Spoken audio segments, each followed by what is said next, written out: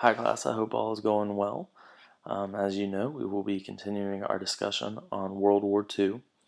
That discussion will continue on Friday.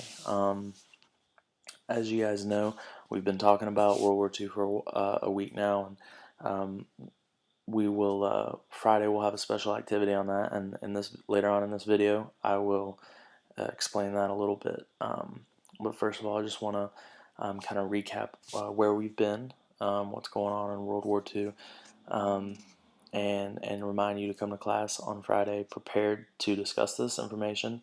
You can be prepared by the out-of-class reading assignments. Just review those and be thinking about the concepts that are going on in this chapter and with what we're discussing. Just be thinking those over in your head right now. But as we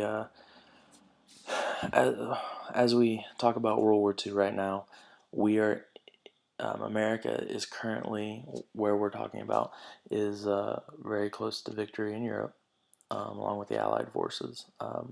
The U.S. and the Soviets are coming together, and will meet in Berlin, and the fall of Europe, the Nazi forces and the Axis forces in Europe is evident. Also, victory seems to be gaining ground in the Pacific, but the problem with that is the Japanese seem very content to fight to the last man, and this could cost many American lives. So on Friday, what we're going to do is we're going to talk about the decision that the U.S. made to avoid having to fight all the way to Japan, and that is we dropped the atomic bomb. This was a devastating event. Whether you agree that the U.S. should have done it or whether you disagree that the U.S. should have done it, it was a devastating event. Lots of innocent people lost their lives. What we're going to do on Friday is I'm going to split you up into 4 groups. 2 groups will argue that we should have dropped the bomb, and 2 groups will argue that we should not drop the bomb. What we're going to do is I will split you up, and then I will decide what your group argues, and you will have a short time to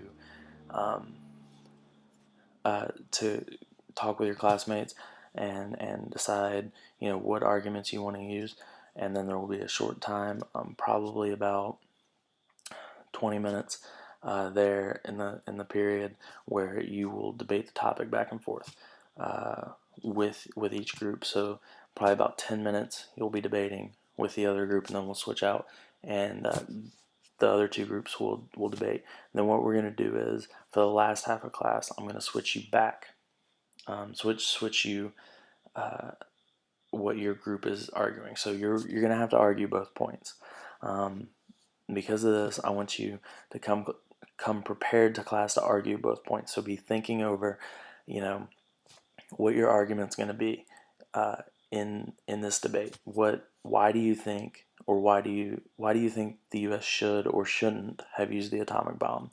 And remember, if you say that the U.S. shouldn't have used the atomic bomb, I'm going to need to know what strategy you would use to avoid using it, because clearly that's something that's very important. So not only do I need you to come up with arguments for and against, but I also need you to come up with some alternatives for not dropping the atomic bomb.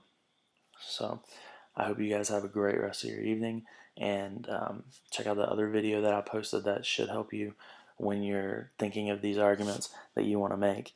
And like I said, just be thinking about it, and as we come to class Friday, let's be excited for this debate, and let's try to learn more about World War II and what you personally believe in this great debate that really has no right answer.